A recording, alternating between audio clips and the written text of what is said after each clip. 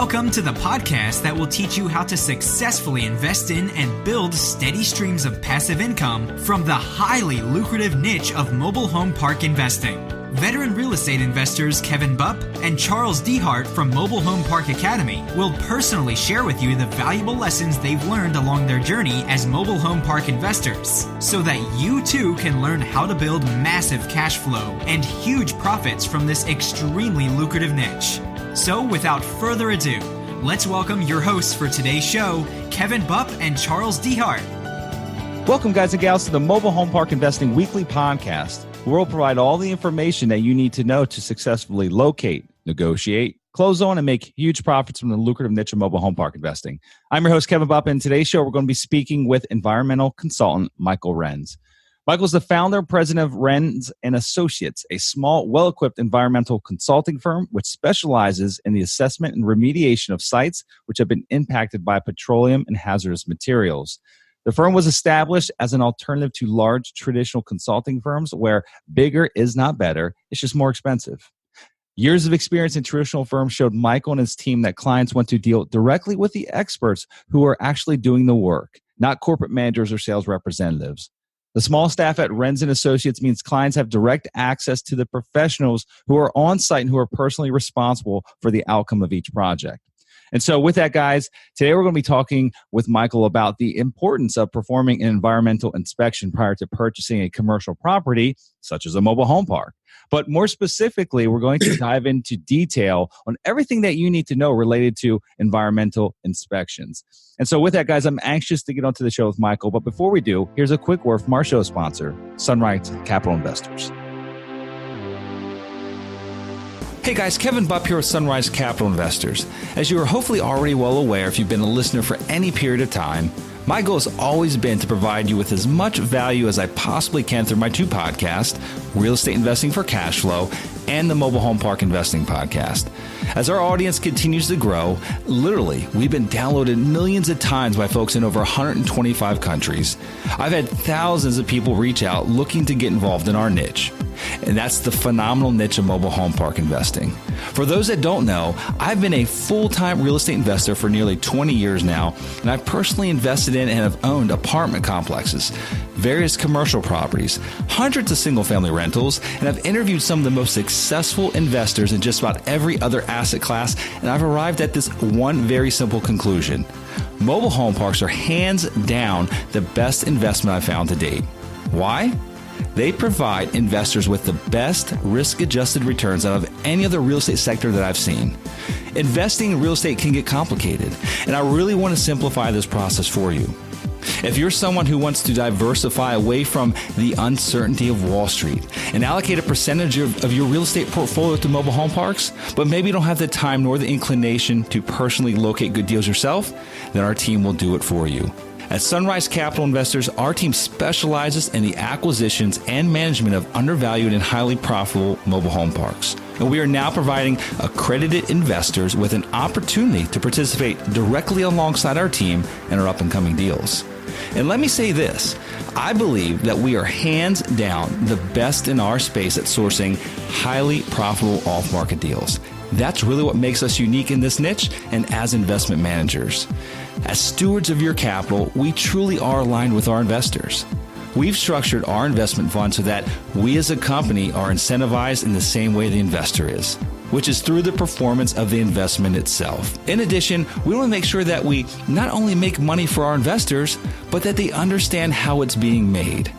That's why we provide our accredited partners with a private monthly podcast that walks them through the detailed updates on how their investment is performing. And we're very transparent, providing you with the good, the bad, and the ugly at times. And so if you'd like to learn more about the partnership opportunities with our team here at Sunrise, please go visit sunrisecapitalinvestors.com and click on the investors link to get signed up. It's absolutely free and you'll get placed on the priority list of when new opportunities come along. Also, feel free to call us at 833-CASH-FLOW without the O. Again, that's 833-CASH-FLOW without the O. And one of our investor relations team members will help you schedule an appointment to speak with one of our managing principals. If you have questions, go ahead and schedule a call and let's get on the phone and talk. And with that, guys, I like to leave with one last thought. From the time that I wake up in the morning till the time that I lay my head down the rest of the evening, my number one priority with everything I do, whether it be recording this podcast, working for our investors, helping each of you reach your investment goals, to providing a great experience to each of our residents who reside in our communities, is to add huge amounts of value to everyone that I come in contact with. Now, with that being said, I look forward to the opportunity of bringing value to you through Sunrise and through this podcast. Thank you for your time. Now, let's go ahead and get back to the show. All right, guys. So without further ado, I'd like to welcome our guest for today's show, Michael Renz. Michael, how are you doing today, my friend? Well, life is a treat, Kevin. Yeah, well, I really appreciate you joining us. Looking forward to having this discussion with you. And this is a very important discussion. This is one of those discussions that you need to listen to before you buy your first piece of commercial property. And it's one that could really bite you in the rear end if you don't follow Michael's advice here today. So, Michael, my goal here today is to educate our listeners as to, for those that don't know, what an environmental assessment is, but more importantly, why it's important, right? Like really why it's a preventative measure that you absolutely need to take pretty much every time you consider buying a piece of commercial real estate. And so with that, before we dive into the meat and potatoes of the call today, if you could, Michael, maybe take a few minutes and give us a little bit more of a background of yourself and how you got into this industry. Well, geology is one of those things that everybody's absolutely interested in by nature. I mean, what kid doesn't pick up a rock and wonder what it is or where it came from? And in my case, I was a climbing bum and was sitting on the middle saddle between the Grand and Middle Teton, wondering why the world looked different when I looked to the east opposed to the west. So I rode my motorcycle to the Ohio State University and almost 10 years later came out as a full-fledged geologist. I'm a hydrogeologist, and that's actually an important thing. Geology is real broad. I mean, you've got the volcano folks, the dinosaur kids, the folks that are into gas and oil or coal or whatnot.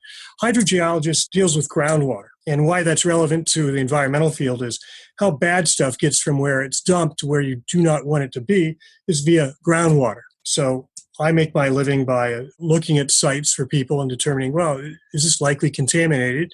And then if the answer is yes, then I figure out how extensive is it, figure out what are the traits of the situation or the characteristics of the situation we can exploit to fix that problem, and then try to do so. I'm in the business of helping people avoid those icebergs. But anyway, that's the short version of it. Okay. What kind of real estate is this applicable to? I mean, is it any type of property in general? Pretty much so, especially commercial, though. Traditionally, we dealt mostly with what you would expect. Urban sites that had multiple generations of redevelopment. You know, somebody's going to go in and redevelop a shopping mall or whatnot, and there's been a dry cleaners there.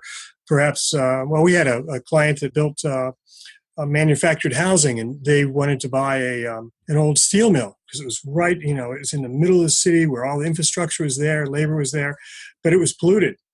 And it wasn't the stuff that you can come in with shovels and buckets and get rid of. It's the tough stuff that's underground you can't get at. And so we'd work on those sites. But about almost 10 years ago, I think it was 2009, we got a call for somebody who wanted to buy a mobile home park. I'd been doing this for 2 decades at that point. I told him, you're wasting your time. You don't need to do this for a mobile home park. There's nothing there. Client was insistent, and I declined the work, but they called back the next day, and we looked at the park. There was nothing there. But since then, we've been on between probably 700 and 1,000 mobile home parks from Alaska to Florida. Wow. And yeah, wow is right. I've been doing this for over 30 years, and I've seen a lot of really unusual situations in many different types of real estate settings, but mobile home parks bring us the most interesting stuff. So anyway, to answer your question, commercial property in general, whether it's a mobile home park or it's an industrial complex, we look at it. I'm interested to know why you might have told that individual, that the very first mobile home park client, why you would have recommended that they don't need an environmental assessment done. I mean, just generally speaking, is there points in time where you might give that advice of like, I don't think it's really worth spending the money to do this? Well, with most of the sites that we have ever looked at, you would expect, there was good reason or obvious reasons to worry about, ethyl methyl death being there. But mobile home parks are so often built out in God's country. They're outside the city limits, or they're in a rural setting, something like that. And it's not like looking at property downtown that, in 1897 was a coal gasification plant. Mm-hmm. So that's why I said that. But what we have found is there most certainly are environmental issues at mobile home parks. They're not as common, but The risk is a lot like taking a swim off the Atlantic coast. The odds of meeting a shark, not that great, but the consequences are so severe, you better take a look. And Kevin, we have found the most unusual things you can imagine. Everything from meth lab dump sites. The meth wastes are actually hazardous wastes, and you don't want to buy something like that and then have to deal with pushing that stuff around or disposing of it. Underground storage tanks. And sometimes it's not even the mobile home park. It's the site next door that's been leaking fuel or whatnot that's gotten under the park. We've looked at parks where they're on the edge of the city, with a great view of pastoral land.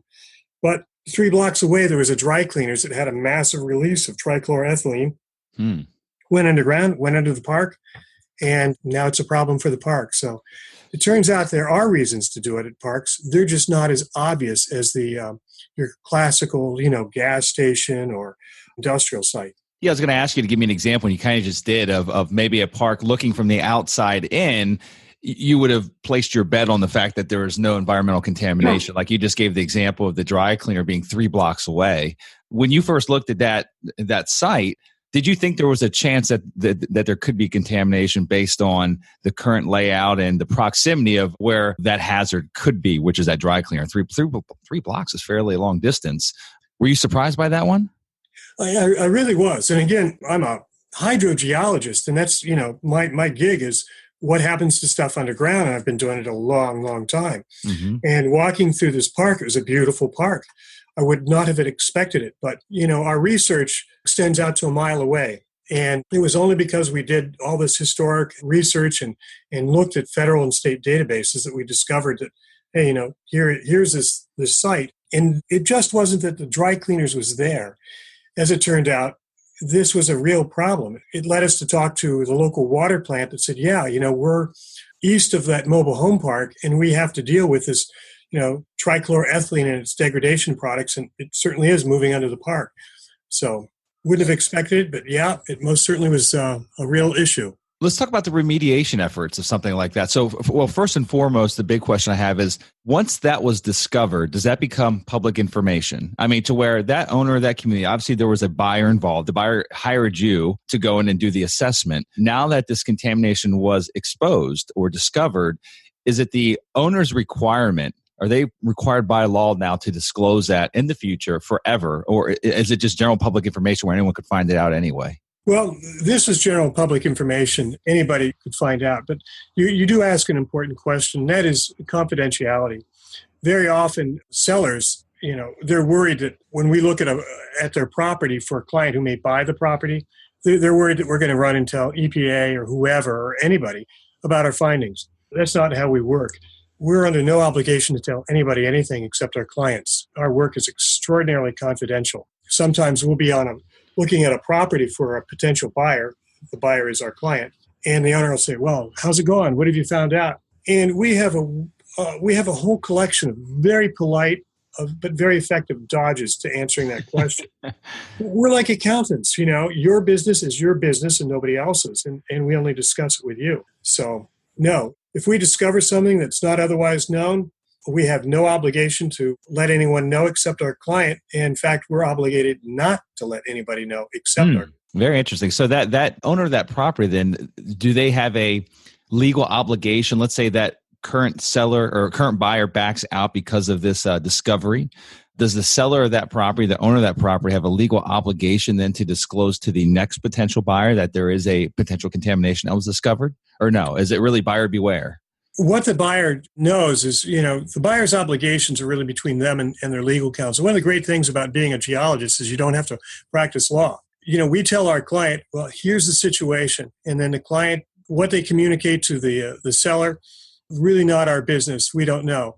And what the seller does with the information they happen to come by through our client, that's between them and their lawyer. So yeah, that's a great thing about this. We have no legal entanglements whatsoever. Mm-hmm. Okay, very interesting. So what happened with that particular example? Did they remediate it, or what happened? Did your client end up buying that property? And if so, what did they have to do? Well, our client bought the property. And the fact that there was trichloroethylene running underneath the property, it was at about 20 feet. And our role was to figure out, okay, we know this stuff is here. EPA knows this stuff is here, and everybody, knows who's responsible for the pollution, and they're being held responsible. The question for us was, how does this impact our client? And the first thing we were concerned about, is there a route of exposure? And what we did was we installed special types of borings from which we extracted samples of air from underground, from soil gas, because the people living in the park, they weren't going to drink that water. There was no route of exposure that way. But the question is, well, could the vapors from that stuff, it's volatile, could it harm the people in the park? So we did a study that was, pretty inexpensive and figured out, no, it's not a risk. And this is known. And our client worked in the impact that spill had on the park and went ahead and bought it. And I know that they sold it later at a profit. So environmental bad news is not always bad news. Sometimes it's a good thing. Okay. Give me a story of the strangest thing. You mentioned in the very beginning that of all the clients that you've had, the mobile home park clients typically have brought you the strangest situations. And so if you would mind humoring us a little bit and sharing one of those strange stories and what you discovered. I'm Irish and given to storytelling, so I'm really going to have to use some self-restraint here. There's been some really spectacular ones. I'll tell you one that was truly unexpected. We looked at a park that was in kind of an urban setting. It was a beautiful park. It was a gated community, just ideal for retiring. I think the price tag, this might have been about 8 years ago, was just under $4 million. And we're walking the property, and I'm looking around at the landscape. And it's a beautiful park. Homes are well maintained. It's really appealing. But as a geologist, I'm looking at the lumps and bumps in the landscape, and these are just not things that Mother Nature created. I did some research, and I thought, wow, there is not a geologic process that does this. Well, it turns out this beautiful community was built on top of a landfill that operated back from about 1930 to about 1950. And that's back when there was no regulation of hazardous waste whatsoever. And the reason that the landscape, the topography was a little unnatural was because there's some differential settling. And then when I dug into it further, there had been events where methane would just come roaring out of cracks in the ground. The owner, when I found out about it, I called the client up and said, look, it's not my place to give you business advice, but if you were my brother-in-law, I'd tell you to run now. In fact, if you choose to run, we're not even going to finish the project. We're going to charge you a couple $100 for what we've done so far, but if I were you, I would run. And the owner of the park, it left them in a terrible spot because all of a sudden they realized they're essentially on top of a Superfund site. The value of that property probably went from $3 or $4 million to probably $3 or $4 million of the liability. Wow. In terms of strange thing, that's not the strangest thing. We were on a park recently out in the Midwest. It was a beautiful park, and it had one of its appealing aspects, had a lot of undeveloped acreage that you could expand. And the local demographics are great for a mobile home park. It was just local economy was good. There was going to be labor coming into the community that would need affordable housing. So anyway, I'm walking the park, and then I get out in the weeds. I'm looking around. I see some strange building foundations and some partial buildings. So I thought, I wonder what was here. This is sort of odd. We're, a couple miles from town. Why would there be these old foundations? And even though I'm an old geologist, I haven't seen everything. But so I called up one of my associates, and my associates are like me. They're hydrogeologists with 20, 30 years of experience. I said, Todd, I'm looking at something I don't understand. And he said, great, text me a photograph. So I beamed him some photographs, and he rings me back and he goes, Mike, that's a munitions plant you're on. He goes, not only that, are those buildings foundations are associated with a munitions plant. Specifically, those types of foundations and structures, that's the part of the munitions plant that was so dangerous they would locate it like a mile from the main body of the plant. It's where they made detonators. And I said to him, Todd, well, what are some of the environmental risks we might be facing here? He said, well, landfills, they would just bury stuff during the war. And I said, okay, what kind of chemicals? He goes, well, nitrates, things that aren't that worried. He goes, but here's the kicker, Mike. There could be unexploded detonators in landfills that people don't know about, where they just buried this stuff. Oh my gosh. He goes, the thing that you need to tell your client, the risk scenario is this. Some kid's out there, on a perfect summer afternoon with a shovel, digging a hole in the ground and hits an old detonator and sets it off. He goes, Well, it's kind of a serious risk. You might really want to warn your client. And that was one where we called them up and said, we don't need to finish this study for you. I think we have enough information here, but I would have never expected it. Yeah, wow. Yeah, that's definitely a huge liability, I would say. and totally unexpected. We had done a lot of historical research. And some of the other things that we find that just are not apparent at all that you wouldn't expect. We find this out west a lot, where it's a nice park. It's up against, it's just the right distance from the town or village.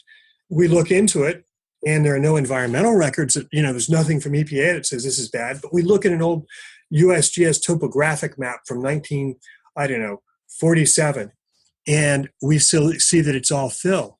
And it turns out, the guy that owned the land and built the park decided, well, I can make this a bigger park by filling in some of these low spots with mine tailings. And those tailings are loaded with lead, chromium, arsenic. Just, you would never have expected that. What are mine tailings? When you dig up things like gold, you get a lot of stuff that you don't want. A lot of rock and debris. People like to think that, if it comes from nature, it's good. Well, as a geologist, I can tell you that's absolutely wrong. Mother Nature makes really nasty things. And when you dig up fresh rock, it starts to weather. And a lot of times what weathers out of it are nasty things like arsenic. Wow. Okay. Yeah, that's a concern for sure. All righty. How about I love these stories, and I think these stories are very helpful to giving us a much clearer picture as to the importance of getting an environmental assessment done on a piece of property. How about a story that you've heard directly or indirectly through the industry of kind of a worst case scenario that presented itself after someone did not get an environmental assessment done and ultimately purchased a contaminated piece of property? Do you have any of those? Well, I was just flipping through my mental Rolodex here, and I have one for you that I'm going to have to edit a little bit for the sake of confidentiality, but we have a really smart client. When you think about diligent, savvy people, these are the kind of folks you think of. And they called me up and they said, well, Mike, we had to use a big consulting firm to do an environmental assessment for a park that we were buying. It was a big firm, real big firm. They gave it a clean bill of health, but now we have a problem. And why this problem isn't national news, I don't know. They said, here's the deal, Mike. There's a landfill next door. They said that was okay, but it turns out that the landfill is on fire. And, but landfills burn sort of like coal mines. It's when you say fire, it's not flames at the surface. Underground. It's not a Smokey the Bear. It's underground. It's more akin to a chemical reaction. It's just a highly exothermic reaction. Well, okay, that's not the worst thing in the world. Then they said, but here's the deal.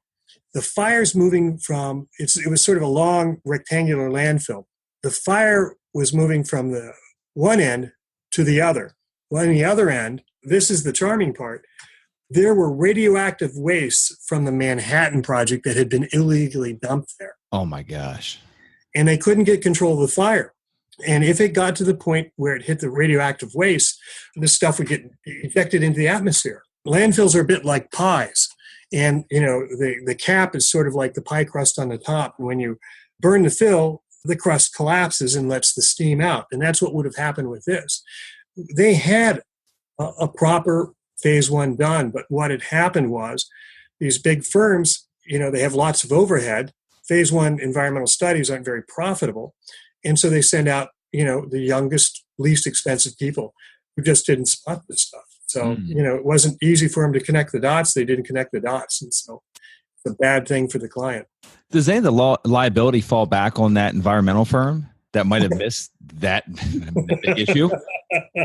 Well, it was a situation where I wish that I was Mike the lawyer rather than Mike the geologist. But that was my advice to the client. I had some other things to say, but I said, yeah, I would call my lawyer if I were you, Mr. Client. Yeah, environmental consultants, they're like any professional, like a doctor, lawyer, accountant. You're responsible for the advice you give. And no matter what, a lot of these reports you pick up, they're just filled with what I call weasel words. Oh, well, we did this, but you can't hold us responsible. No, we paid you for a professional opinion and you're qualified. So, if you tell us something and it's not right and we suffer as a result, you're on the hook. Very interesting. Give us an idea, general idea, Mike, if you could, of the average cost. And that's probably a loaded question because I'm sure there's a big range there. But we're talking about mobile home parks today. assuming the average mobile home park encompasses maybe 15 to 30 acres or so of land. But generally speaking, can you give us a broad range? And this would be for a phase one environmental assessment, not assuming that you might have to go to a phase two, but just for a phase one, what might one expect to pay? Well, Kevin, fortunately, it's not a loaded question at all. Phase one environmental assessments are primarily done. The primary reason is to establish what's called the Innocent Landowner Defense under Superfund.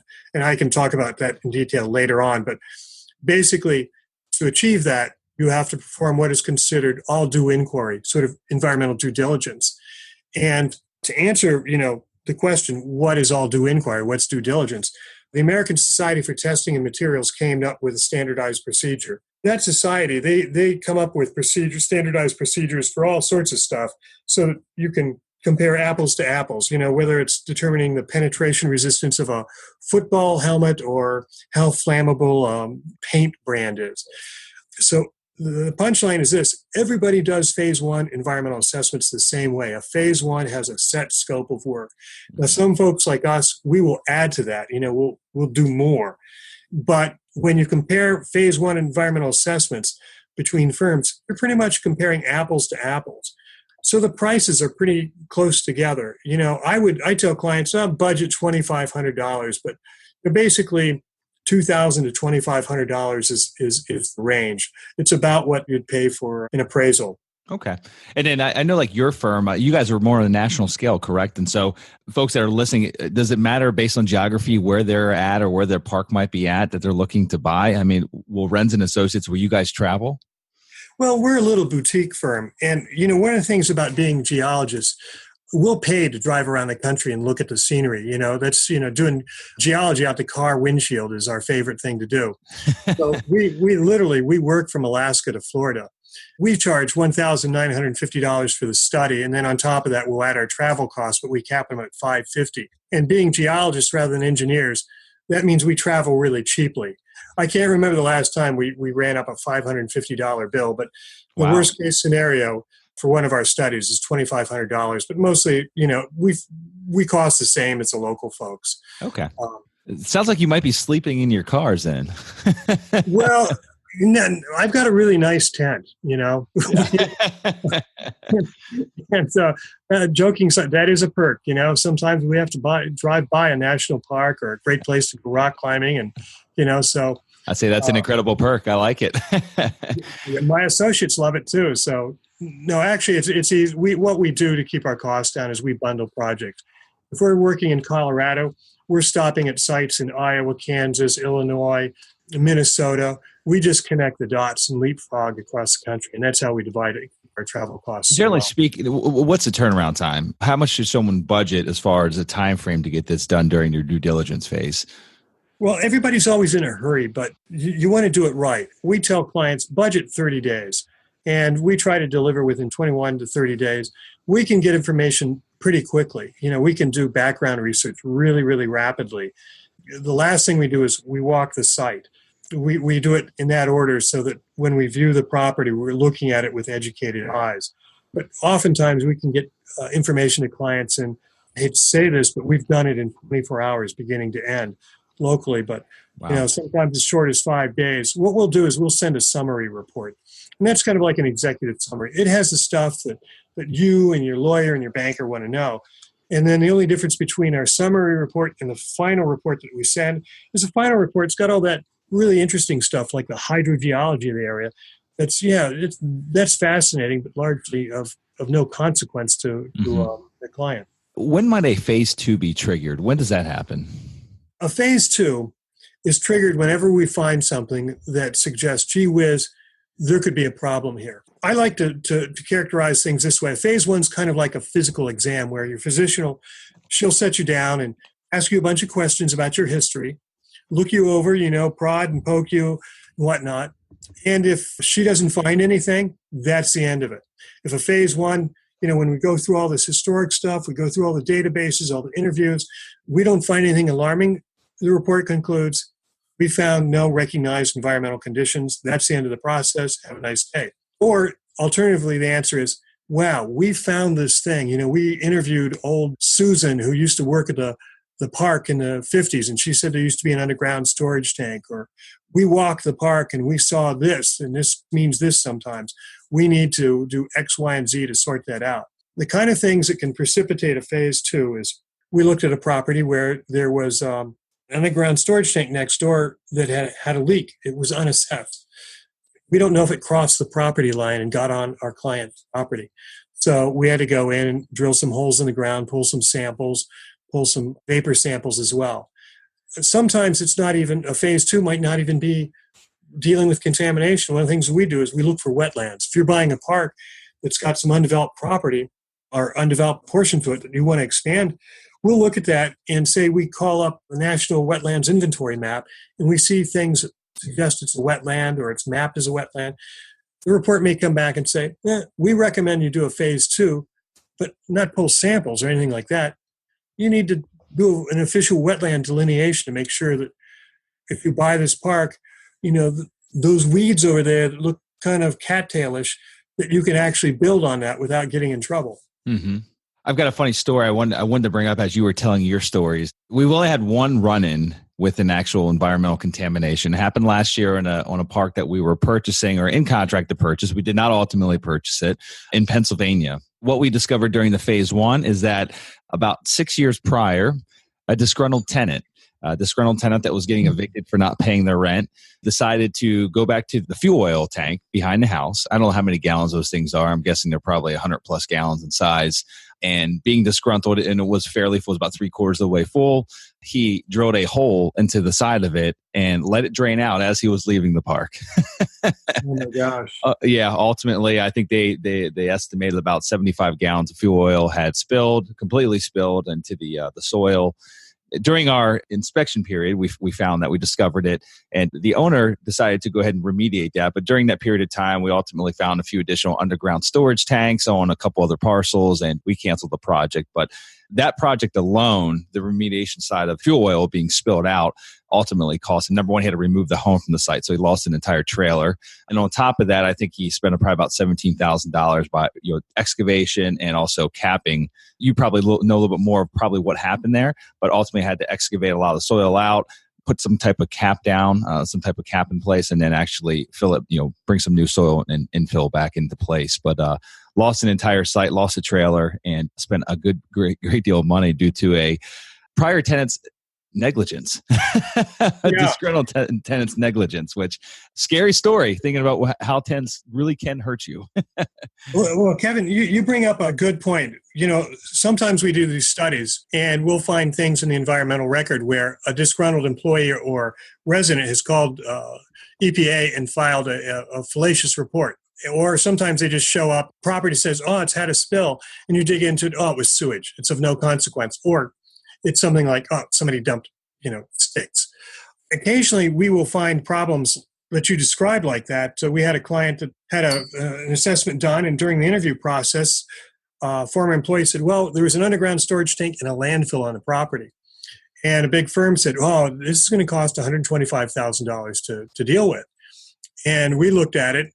We ran surface geophysics, found out there was no landfill ever. We found the underground storage tank. We brought in our geoprobe, punched a hole in the ground next to it. It hadn't leaked. And we had the tank removed. The total cost of all that, $17,000. So sometimes, what you read or hear is just not true. And the situation's much better. And even when it is true, there is a problem, there are a lot of really, really inexpensive solutions. It's just these big firms, and they look at them and they go, how much money can we make from this? Mm-hmm. So that brings me to my next question, Mike. And what do the folks listening in, what do they need? What kind of questions they need to be asking in order to find the right firm to work with? Obviously, you guys are a boutique firm. You know what you're doing. You've been doing it many, many, many years. You travel on a national basis. But ultimately, someone new to this, first go around, first rodeo, what types of questions do they need to be asking, whether they call your firm or any other firm to hire to get environmental assessment done? Well, whenever any of us hire an expert, we're always at a disadvantage. When I go to get my car repair, I don't know if the guy who's going to work on it really is a great mechanic, or if he's a newbie that's going to miss stuff, or if he's dishonest and he's just going to hang parts. And you face the same challenge when you're trying to hire a firm. I think small firms are good because That way you're dealing with, as you saw on my internet site, you're dealing with the actual expert. There's no management structure. There's no folks in white shirts and ties that are worried about the bottom line. What you want to deal with are people with dirty boots. Moreover, the folks that you really want to find are hydrogeologists. And the reason I say this is when you look at a spot on the ground, you don't know if it's a big deal or a little deal. Mm-hmm. And if you're dealing with somebody who's got an environmental degree, they don't know. An engineer can't tell you the transport potential of some stuff that was spilled next door, where a hydrogeologist can tell you what's a real problem and what's not a problem. And moreover, a hydrogeologist, these are the people that can actually fix these things. Mm-hmm. Engineers, they make assumptions and stuff, and they're really practical and smart, but they can't tell you, how it works underground. So their estimates and their conceptual models are not always accurate. And worst of all, are the kids with the environmental degrees. They're a jack of all trades, master of none. Very often we look at reports where people have recommended, you got to have a phase 2. And we look at it and it's like, you've got to be kidding me. We just visited a site this week in Pennsylvania where some firm said, well, there's a junkyard next door. You need to walk along and do a photoionization detector screening along the property line. First of all, there's no such procedure. And if you did do that, it wouldn't work. But you need to actually talk to the actual person who's going to do this study and find out, what their credentials are, what their experience is. And then the last thing, find out about their insurance. We carry twice the amount of insurance as traditional firms. We've never had to use it, but I've never had to use my seatbelt either. Oh, that's a good comparison. Well, fantastic. Any last final words of wisdom that you might have for the listeners that could relate to environmental assessments, mobile home park investing? I know that you're not a mobile home park investor, but you looked at nearly 1,000 of them, if not more than 1,000. And so you've seen a lot in your time. But just generally speaking, any final words of wisdom you'd like to leave with our listeners today? Well, absolutely. And Kevin, thank you for asking that question. The devil is in the details. Environmental problems come in a variety of forms. It's just not, big hazardous waste things. If you're looking at a park that's got a wastewater treatment plant, get a local wastewater treatment engineer to look at it, because those things can they can be horrifically expensive to repair. And that's not part of a phase 1 environmental assessment. If a park's got its own well system, pull all the records, find out, what its history of compliance is. The phase 1, they'll pick up on that, but nothing replaces you asking the actual questions. Mm-hmm. And listen to your guts. When you're talking to somebody about their park, ask questions like, have you ever had a meth lab here? Meth labs are a huge problem. The stuff they dump, if you have to pick it up and move it, well, congratulations. You're now a generator of hazardous waste, and your lawyer can tell you all the reasons why you don't want to be there. But definitely do your due diligence and pay attention. And even though it might not look like it's got an environmental problem, this is a big investment. Do you really want to save, $2,500 and then end up facing just a miserable, protracted problem because, you didn't think you needed to do this? Sure. Yeah. I mean, $2,500. I mean, if you're pinching pennies that tightly, you probably shouldn't be buying the property that you're considering buying, right? It's kind of how I feel about it. and Kevin, one last thing I'll toss out here. If you do have an environmental assessment or a report, we look at those things for free. We have clients and strangers send us environmental assessments, and we'll read through them. It takes us less than an hour, and we'll send a note back saying, I think this covers the bases. You just need it updated or whatnot. Or sometimes people will get studies that say, well, you need to do X, Y, and Z, and we'll look at it and go, wow, you really don't need to do any of that stuff. Those recommendations are actually silly as well as expensive. So, when in doubt and you're faced with reading an environmental assessment report a seller's presenting to you, have somebody else review it. Well, that's fantastic. I appreciate that service, Mike. And so folks have an interest in learning more about you and your company. How can they reach you? Well, you can just Google Renz and Associates, RENZ and Associates, and we pop right up. And give us a call. We're in this mostly for the adventure rather than the money. So you can call us up in the middle of the night and somebody will be delighted to talk to you. I wouldn't suggest that. That's probably not a good suggestion to put on the show. Someone's going to take advantage of that. It happens. It's not a problem. Yeah. So Renz and Associate, RENZ, rensandassociates.com is the website. And Mike, it's been an absolute pleasure. Thank you for coming on the show. I've learned a lot. I know our listeners have learned a lot, and we'll look forward to hopefully sending some business your way. So folks, that if you're listening in, if you're looking to buy a mobile home park, definitely do not skip the environmental assessment part. Again, as Mike had mentioned, average cost, you're looking somewhere in like the $2,500 range. It's such a minimal price to pay for peace of mind. With that, Mike, you have a wonderful day, my friend, and we'll look forward to chatting again soon, okay? Pleasure's mine. Take care. Congratulations for taking the necessary steps to achieving massive success through the highly lucrative niche of mobile home park investing. Be sure to visit our website, mobilehomeparkacademy.com, to download your free digital ebook version of the 21 biggest mistakes investors make when buying their first mobile home park and how you can avoid them. And while you're there, be sure to subscribe to our free monthly mobile home park investing newsletter, which is jammed full of valuable tips, tricks, and strategies to help you accelerate your path to success as a mobile home park investor. More information about this podcast and its hosts can be found by visiting mobilehomeparkacademy.com.